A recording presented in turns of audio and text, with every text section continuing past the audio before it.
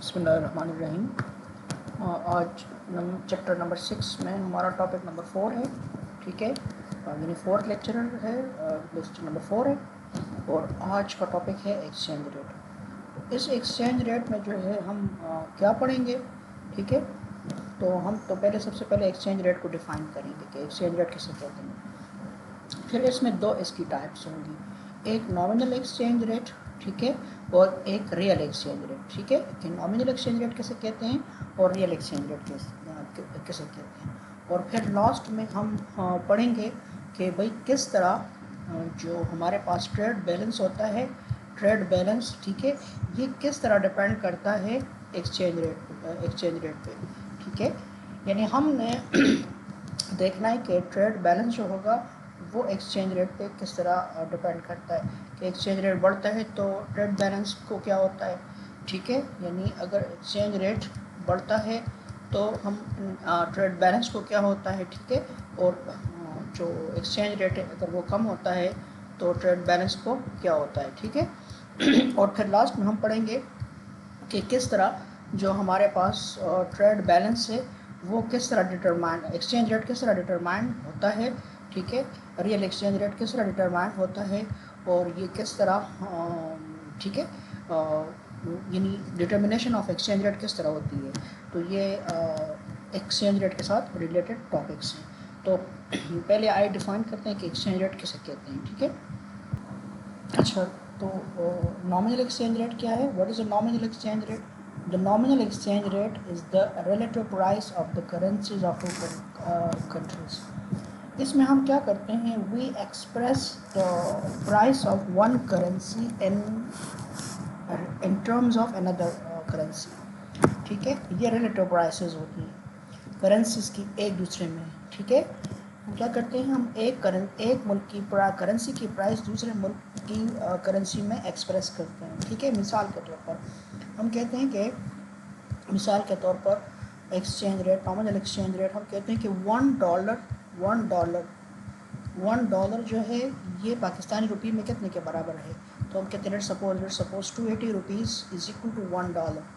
ठीक है, $1, ठीक है, $1 यानी $1 की अगर हम यूएस के $1 की और पाकिस्तानी रुपये की एक्सचेंज रेट देखते हैं नॉमिनल, तो हम कहते हैं 280 rupees of Pakistani is equal to $1, यानी the value of 280 rupees is equal to $1। So this is the exchange rate between Pakistan and America.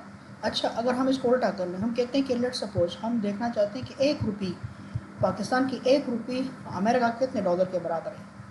ठीक है, तो फिर हम कहेंगे कि 280 rupees is equal to $1। This is $1 and this is 180 रुपी।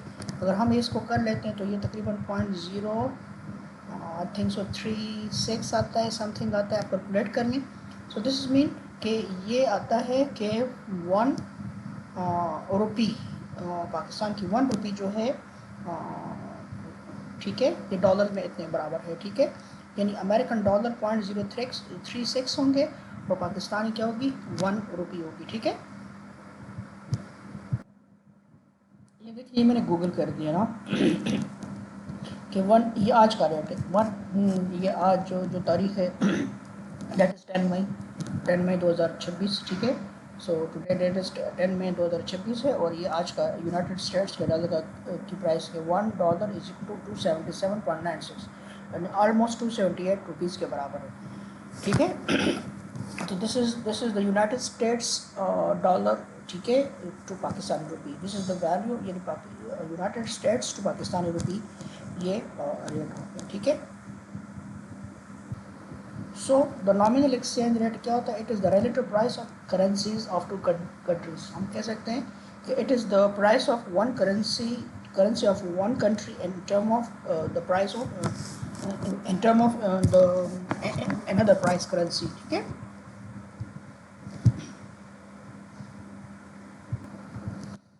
अच्छा, इसमें दो और टर्म्स हैं, एक एप्रिसिएशन है और एक डिप्रिसिएशन है। ठीक है, appreciation and depreciation, appreciation and depreciation. अगर लेट्स सपोज हम कर लेते हैं, लेट्स सपोज कर लेते हैं अमेरिकन डॉलर की बात करते हैं। लेट्स सपोज अमेरिकन डॉलर की करते हैं या पाकिस्तानी रुपये की करते हैं। लेट्स सपोज करते हैं $1 is equal to 278 Pakistani rupees, ठीक है। अच्छा चलो हम बात करते हैं पाकिस्तानी रुपये में। हम अगर पाकिस्तानी हैं तो हमारी लोकल करेंसी पाकिस्तानी है। अगर $1 is equal to let's suppose 250 आ गया, ठीक है। डॉलर क्या हो गया, डॉलर सस्ता हो गया, ठीक है ना। डॉलर पाकिस्तान में क्या हो गया, सस्ता हो गया। पहले 280 का था, 278 का था, अब 250 का मिलता है। तो हमारी करेंसी क्या कर गई, एप्रिशिएट कर गई, स्ट्रेंथन कर गई। क्या कर गई, स्ट्रेंथन कर गई, ठीक है ना। एप्रिशिएट कर गई, क्या कर गई, एप्रिशिएट कर गई। लेकिन अगर $1 जो है, अगर फॉर एग्जांपल ये 290 का हो गया, तो हमारी करेंसी क्या कर गई, डिप्रिशिएट कर गई। क्या कर गई, डिप्रिशिएट कर गई, ठीक है। इसी तरह अगर हम डॉलर की बात करते हैं, ठीक, किसकी बात करते हैं, डॉलर की बात करते हैं, ठीक है ना। अभी सेम केस में हमने पाकिस्तानी रुपये की बात की, 250 में पाकिस्तानी रुपये क्या हो गया था, एप्रिशिएट कर गया था। लेकिन अगर हम डॉलर की बात करें तो हम कहेंगे dollar is depreciated, dollar is depreciated. Pakistani रुपये एप्रिशिएट कर गया, अमेरिकन डॉलर क्या कर गया, डिप्रिशिएट कर गया, उसकी वैल्यू कम हो गई। इसी तरह 290 पे पाकिस्तानी रुपये डिप्रिशिएट कर गया, लेकिन अमेरिकन डॉलर क्या कर गया, डिप्रिशिएट कर गया, ठीक है ना। सो ये चीज़ें जो हैं, अगर डॉलर की वैल्यू, नॉमिनल की वैल्यू आगे पीछे बढ़ती हैं तो इसको हम क्या कहते हैं, appreciation of dollar and depreciation of dollar, ठीक है। अच्छा, अब रियल एक्सचेंज रेट क्या चीज़ है, रियल एक्सचेंज रेट, ठीक है। अब नॉमिनल में तो हम करेंसीज को ट्रेड करते हैं ना, करेंसीज को, क्या करेंसी की प्राइस दूसरे में क्या होती है। लेकिन रियल एक्सचेंज में होता है कि सेम कमोडिटी की प्राइस एक मुल्क में क्या है और दूसरे मुल्क में क्या है, ठीक है।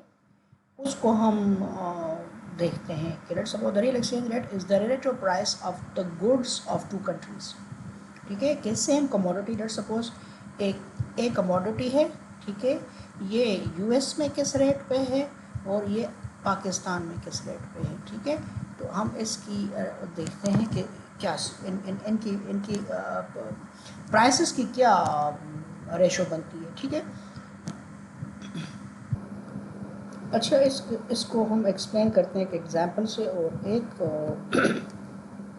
अमेरिका, यहाँ पर जो बुक में एग्जांपल है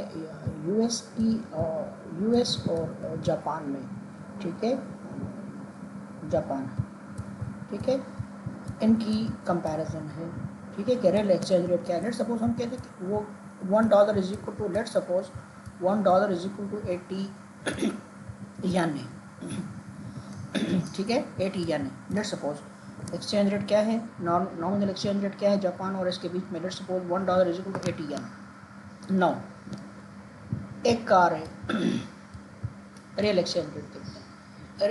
कार है अमेरिकन कार जो है उसकी प्राइस जो है वो $25,000 है, ठीक है। और वही कार जापान में जो है वो कितनी मिलती है, 40,000 इकाई दहाई से 4 लाख की मिलती है, ठीक है, 4 लाख यन की मिलती है, ठीक है। अब इनके बीच में हम एक्सचेंज रेट देखते हैं, रियल एक्सचेंज रेट। तो आपने क्या करना है, रियल एक्सचेंज रेट हो जाएगा, ठीक है, देखना है कि यन टू डॉलर एक्सचेंज रेट लिखना है, इधर नॉमिनल एक्सचेंज रेट लिखना है यन टू डॉलर, ठीक है। और इधर हमने जापान की, अमेरिका की यन टू डॉलर है, और यहाँ पर हो जाएगा, थोड़ा सा इसको सॉफ्ट लिख लेता हूँ, बल्कि इधर ही कर लेते हैं। दिस इज, यहाँ पर क्या लिखना है, यन टू डॉलर रेट लिखना है, ठीक है, यन टू डॉलर कि 80 यन इज इक्वल टू $1।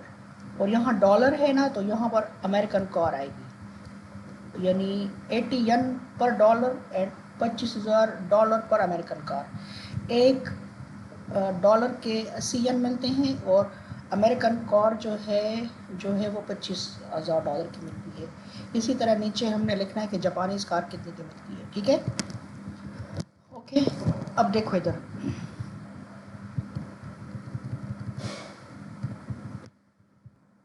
ये हो जाएगा 80 यन, $1 के 80 यन है, इंटू अमेरिकन कार जो है वो 25,000 की एक अमेरिकन कार है, डिवाइड बाई जापानी कार जो है वो क्या है 4 लाख पर यन जापानी कार है, ठीक है। अब इसको आप लोगों ने क्या कर लेना है, इधर देखिए 80 में इसको इस तरह कर ले तो आपको फिर समझ आएगी। 80 यन पर डॉलर 25,000 डॉलर पर American car, okay, divided by, ठीक है, 40,000, 4 लाख, ठीक है, इनटू, इसको मैं उल्टा कर लेता हूँ, यन डिवाइड बाई जापानीज कार है ना, तो जब चूँकि ये भी डिवाइड के नीचे है तो ये हो जाएगी जापानी car divided by N, okay. इस डिनोमिनेटर से ये चीज़ मैं न्यूमरेटर में लेके गया हूँ, ठीक है।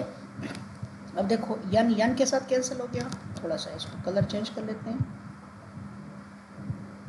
यन यन के साथ कैंसिल हो गया, ठीक है। और यहाँ पर डॉलर डॉलर के पास साथ कैंसिल हो गया, इन दोनों को मल्टीप्लाई करके डिवाइड बाई 4 लाख पे करने तो इससे 0.5 आएगा, क्या आएगा 0.5 आएगा, ठीक है। और ऊपर क्या है, यहाँ ऊपर होगी जापानीज़ कार डिवाइडेड बाई आ जाएगी अमेरिकन कार, ओके, ये आ गया। देखो इधर ये 0.5 जापानीज़ कार डिवाइड बाई, इसका मतलब क्या हो गया, इसका मतलब हो गया है कि 0.5 को आधा कर, इसको इशारिया हटा दें तो 1/2 हो गया। इसका मतलब होता है जापानीज़ कार और यहाँ होगी अमेरिकन कार।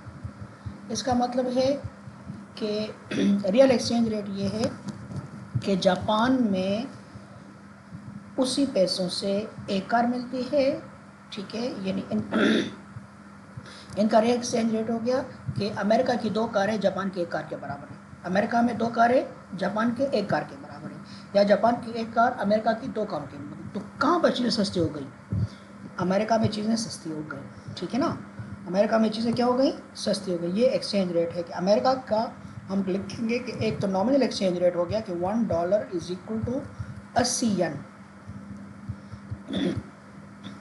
लेकिन इन टर्म ऑफ कार जो है तो हम लिखेंगे कि यहाँ पर 0.5 1 कार जापानी 2 कार्स 2 अमेरिकन कार्स, ठीक है, is equal to 2 American cars is equal to 1 जापानी, आप जापानी कार। आपने याद रखो रियल एक्सचेंज रेट को किस में लिखना है, इन टर्म ऑफ गुड्स होती हैं, अच्छा ये इन टर्म ऑफ गुड्स होती हैं, ठीक है। तो यहाँ पर नीचे अब फार्मूला इसको क्लियर कर लेते हैं, यहाँ पर ये फार्मूला हो गया है। रियल एक्सचेंज रेट क्या होता है, नॉमिनल एक्सचेंज रेट, पहले हमने लिखा था ना 80 यन पर डॉलर लिखा था ना, और into ratio of the prices, this is domestic price यानी अमेरिका हमारे लिए यहाँ पर चूँकि बुक अमेरिका डोमेस्टिक है, divided by the international price, ठीक है। This is the E nominal exchange rate into price ratio, ठीक है, price ratio, this is called real exchange rate, okay, this is called real exchange rate, ठीक है। अच्छा, real exchange rate और हम trade balance का आपस में रिलेशन बनाते हैं कि what is the relationship between the real exchange rate and the trade balance. अब देखो इधर रियल एक्सचेंज रेट और ट्रेड बैलेंस का रिलेशनशिप देखते हैं, ठीक है। अब देख तो लेट सपोज करते हैं रियल एक्सचेंज रेट लो है, लो।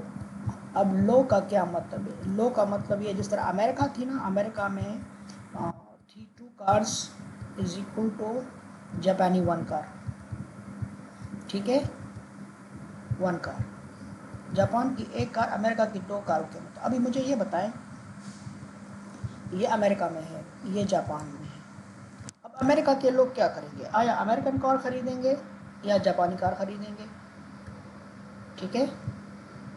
अगर एक रियल एक्सचेंज रेट लो है, ठीक है, रियल एक्सचेंज रेट लो है, वो कहाँ लो है, अमेरिका में लो है, ठीक है ना, क्योंकि वहाँ पर 0.5 था। क्या था? 0.5 अमेरिकन कार और यहाँ था जापानीज़ कार। ठीक है। अब जिस मुल्क में रियल एक्सचेंज रेट सस्ता होता है, कम होता है, तो वहाँ पर चीज़ें सस्ती होती हैं। क्या होती हैं? चीप होती हैं, रिलेटिवली चीप होती हैं। याद रखो, डोमेस्टिक गुड्स आर चीप। कहाँ पर? अगर एक्सचेंज रेट लो है। अगर एक्सचेंज रेट लो होगा तो हमारे पास डोमेस्टिक गुड्स क्या होंगी? चीप होंगी। और तो जब चीप मीन सस्ती होंगी, जब सस्ती होती है तो लोग डोमेस्टिक गुड्स ख़रीदते हैं। तो जब डोमेस्टिक गुड्स ख़रीदते हैं तो x माइनस एम जो है, तो आपकी इम्पोर्ट्स कम होंगी। आपकी इम्पोर्ट्स क्या होंगी? नहीं होंगी। तो आपका ट्रेड बैलेंस क्या होगा? वो बेहतर होगा। ठीक है ना? ट्रेड बैलेंस क्या होगा? बेहतर होगा। ठीक है ना? और अगर लेट्स सपोज यहाँ पर लेट्स सपोज करते हैं हाई हो, अगर एक्सचेंज रेट हाई हो, लेट्स सपोज यहाँ पर अमेरिका में इस तरह आ जाए कि 2 Japanese car is equal to 1 American car.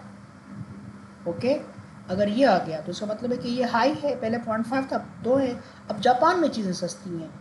अगर आप अमेरिका की एक कार उस पैसों में मिलती है तो जापान की 2 मिलती हैं। तो फिर क्या करोगे? फिर लोग अमेरिकन कार नहीं ख़रीदेंगे, बल्कि क्या करेंगे? जापानी कार ख़रीदेंगे। अमेरिका में जापानी कार इंपोर्ट करेंगे। तो x माइनस एम जो होगा ना, x माइनस एम अब आपके ज़्यादा होंगे, इम्पोर्ट्स आपके ज़्यादा होंगे। ठीक है ना? इम्पोर्ट्स आपके ज़्यादा होंगे। अच्छा, पहले केस में एक्सपोर्ट आपके कम हो जाएंगे, इम्पोर्ट्स ज़्यादा हो जाएंगे। ठीक है ना? दोनों होंगे, एक्सपोर्ट कम होंगे, इम्पोर्ट, क्योंकि लोग जापान की चीज़ें ख़रीदेंगे। ठीक है।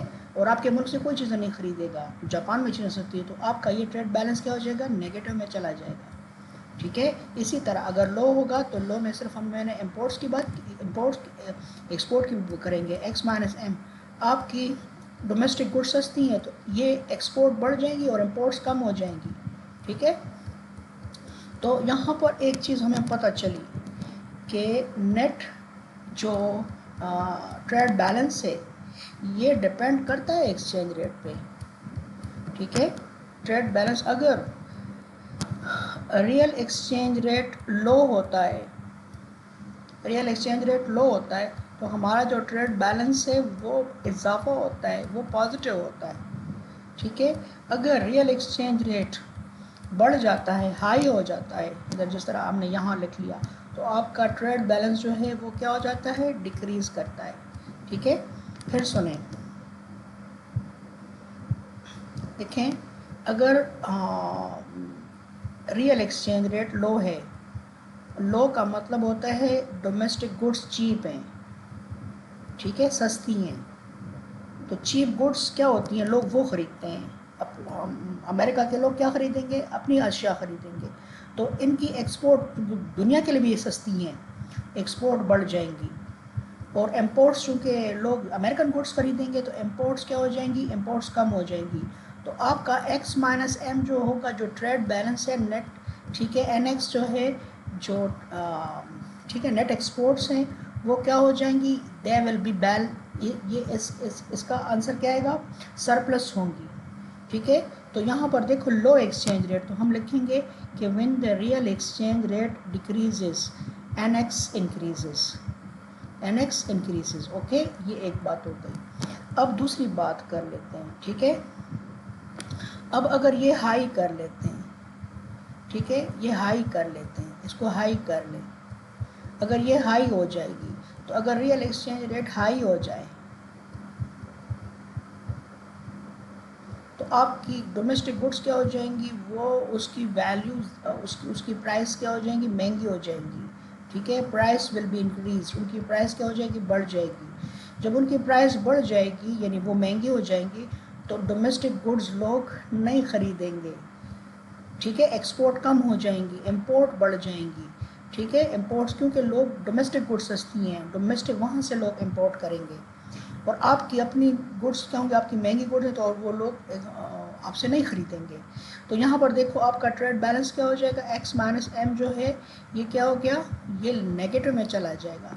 तो हम लिखेंगे कि अगर रियल एक्सचेंज रेट क्या हो जाता है, हाई हो जाता है, तो आपका ट्रेड बैलेंस जो है ये डिक्रीज़ कर जाता है। तो अगर मैं यहाँ पर इसका कर्व बनाऊँ, यहाँ पर रियल एक्सचेंज रेट लूँ और यहाँ पर ट्रेड बैलेंस लूँ, तो इनका आपस में कौन सा रिलेशनशिप बनता है, नेगेटिव बनता है। क्या बनता है, नेगेटिव रिलेशनशिप बनता है।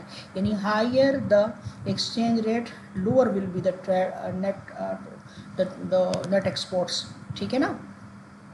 और अगर एक्सचेंज रेट कम होता है तो ये आपका जो नेट एक्सपोर्ट है वो पॉजिटिव होता जाएगा, वो बढ़ता जाएगा, ठीक है। यहाँ पर इसका डायग्राम देख लें।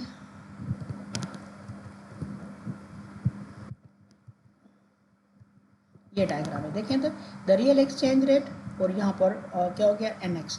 अब यहाँ पर बीच में इधर फॉर एग्जांपल अगर ये ज़ीरो है, लेट सपोज कहीं ज़ीरो ले लेते हैं, तो इधर पॉजिटिव होगा, इधर नेगेटिव होगा। यानी इस पॉइंट से अगर एक्सचेंज रेट होगा तो आपका हमारा ट्रेड बैलेंस ज़ीरो है, ठीक है ना। यानी एक्सपोर्ट इंपोर्ट दोनों बराबर हैं। और अगर ट्रेड एक्सचेंज रेट इससे कम आता है, तो कम हो जाता है, तो आपका ट्रेड बैलेंस जो है वो पॉजिटिव बन जाता है, सरप्लस बन जाता है। और अगर इससे एक्सचेंज रेट ऊपर जाता है तो वो क्या चला जाता है, नेगेटिव में चला जाता है, ठीक है। तो इंशाल्लाह नेक्स्ट वीडियो में हम क्या करते हैं, नेक्स्ट वीडियो में इसकी डिटर्मिनेशन देखते हैं और आगे बात करते हैं, ठीक है।